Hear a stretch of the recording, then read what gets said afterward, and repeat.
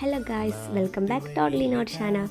Reels കണ്ടിൽ scroll ചെയ്തിരിക്കുമ്പോഴാണ് എന്നിട്ട് കണ്ടുപെട്ടത് ലോഡഡ് ഫ്രൈസ്.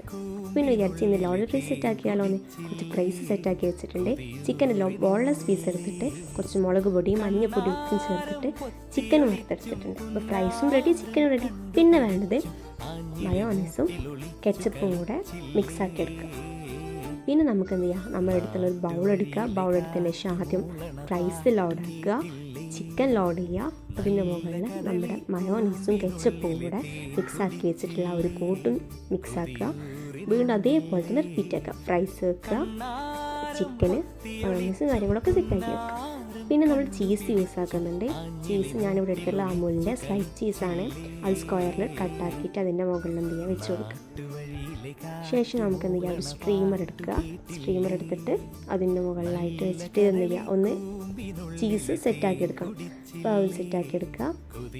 ഇത് വെച്ചതിന് ശേഷം അടച്ച് വെക്കുക. ഒരു 5 മിനിറ്റ് എന്ത് കുക്ക് ചെയ്തെടുക്കുക. അപ്പോഴേക്കും നമ്മുടെ ചീസൊക്കെ നല്ല മെൽറ്റായിട്ട് വന്നിട്ടുണ്ടാവും.